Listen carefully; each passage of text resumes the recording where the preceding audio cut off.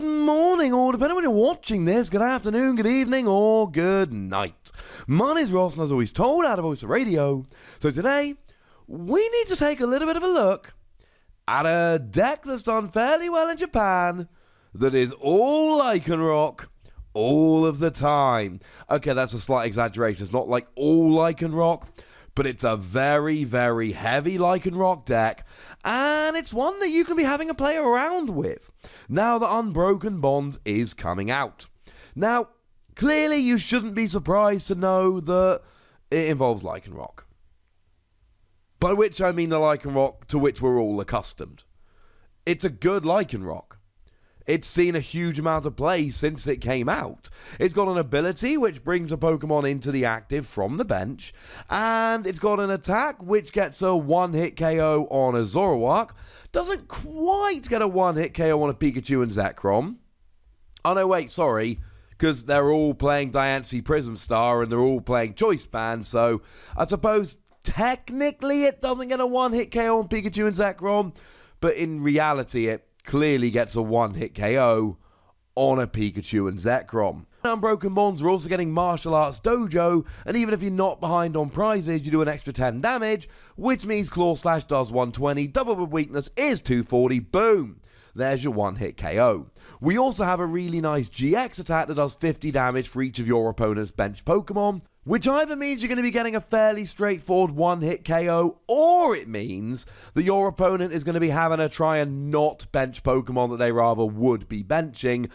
Either way, I'm totally okay with this. But this isn't the only Lycanroc we're playing. We're also playing the new Lycanroc GX, the one that came out in Team Up. And incidentally, we are playing a 2-2 split of these. And this one is another one that's seen a fair bit of play and success in Japan so far. For the same attack cost as the other Lycanroc, you're doing 120 rather than 110, which is huge because it is just a straight one-hit KO on Pikarom. You got a GX attack for a single energy, 30 damage for each energy card in your opponent's discard pile, and look, if this might end up being better. Depends on the energy in their discard and depends on the amount of Pokemon on their bench. But one is going to be better than the other, and now you've got a choice. And if you have got a choice, if they're both going to get you the KO they need, this is for one energy and the other one isn't, which makes this a better option. But you've also got a really nice ability. When you play this Pokemon from your hand to evolve one of your Pokemon, you may discard an energy attached to your opponent's active Pokemon. And this can be huge. You could get rid of an energy off a Blacephalon and then they've only got one and now they can't attack. You can get rid of a double colorless energy on a Zoroark and they might not be able to find one. Pikachu and Zekrom's really good when they've got free energy on. This will stop them getting there. Celebi and Venusaur is a really nice deck. But there's no energy acceleration here. They're just attaching one per turn. They're doing what used to be done. Well, great news, ladies and gentlemen. You can start getting rid of their energy and then in their face. And that is by far the main part of the deck here. The point of this deck is I'm going double Lycanroc and I can get rid of your energy, I can punish you for having Pokemon on your bench, or I can just hit decent damage with fairly big Pokemon. Not only that, but you've got a little bit of energy denial with Lycanroc here as well. Now, you're not really making the most of it here. You're not playing stuff like Crushing Hammer, and there's no Super Scoop Up to try and reuse the Lycanroc. But you've still got those couple little energy getting rid of, which is going to be nice. And look, Pikachu and Zekrom's a great deck right now, and this does well against it. Now, you are going to need a non-GX attacker, and this is where we see the Landorus from Unbroken Bonds, which has really started seeing an awful lot of play over in Japan. This, for a single energy, does 30 damage to one of your opponent's Pokemon, or for 2 energy, 60 damage and move one to your bench. Now, this is really good for taking out Evolving Basics. It's really good for getting a bunch of energy on the field, by which I mean keeping it on the field when it's there, but it's just a non-GX attacker. And that can be huge here, because you're not relying on a 2-prize Pokemon. Also, you know that martial arts dojo I mentioned earlier? Well, it does 10 extra damage, but if you're behind on prizes, it actually does 40 extra. And I mentioned I had see Prism Star earlier. So now you're not doing 60, you're doing 120. That is a one-hit KO on Zoroark.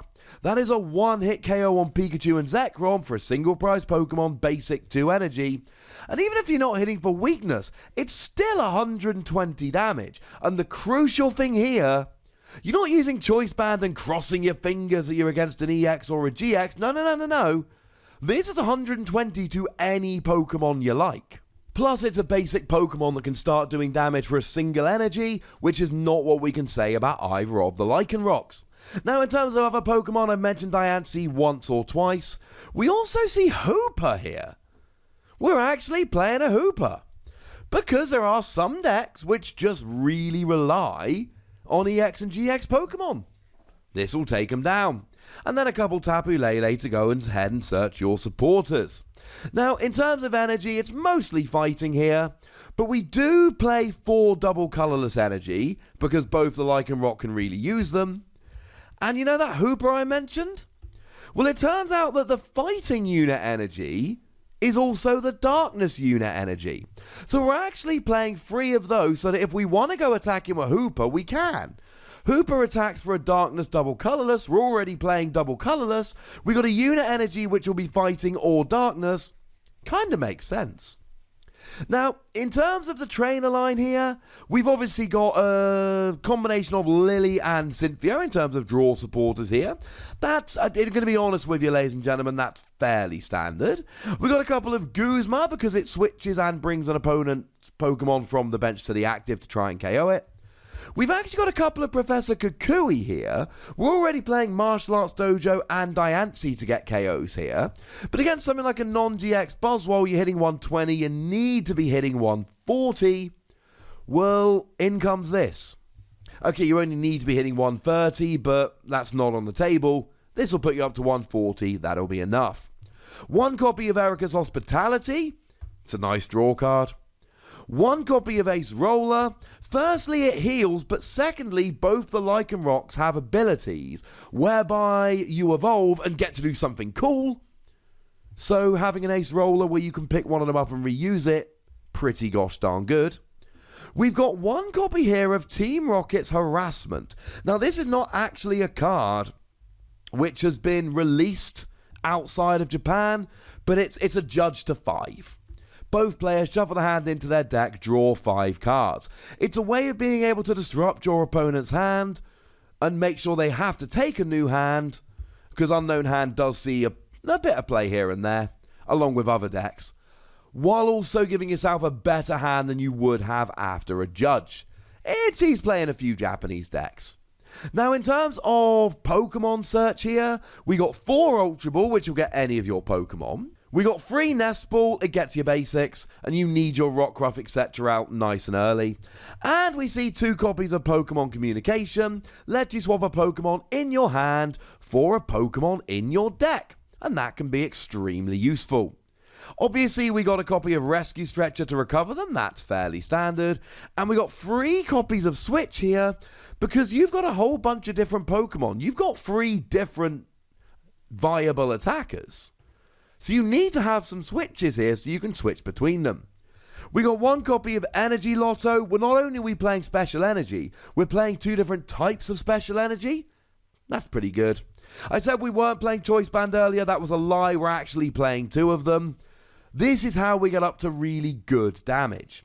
Because let's say you've got your Landorus, you're hitting 60. You're behind on prizes, Martial Arts Dojo, you're up to 100. And then Diancie, 120. And then Kukui 140, Choice Band 170, there's a Tapu Lele going down straight away. Or indeed, just a Choice Band or a Diancie Prism Star, and all of a sudden the Dene goes down in 1 hit. This is really good. It's not the only tool we play here, though. We do have a counter game. If you're behind on prizes, it reduces your attack cost by 1 energy. Really good for Landorus here, because then it is just a single energy attack. And then 2 copies of Martial Arts Dojo, which we've mentioned a couple times. I don't think we need to dig into. This is a weird kind of deck. It's not a deck I was expecting to be talking about. But you know what? It's fun. It's double Lycanroc. And there's a lot of stuff to love here.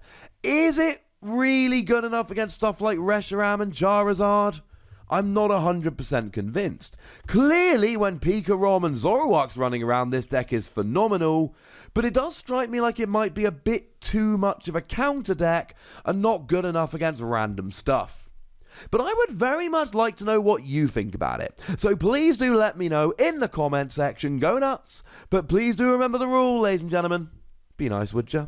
And then make sure you like this video, subscribe to this channel, follow me on Twitter at The Wassy, and Twitch for some live action at twitch.tv/PTCGRadio.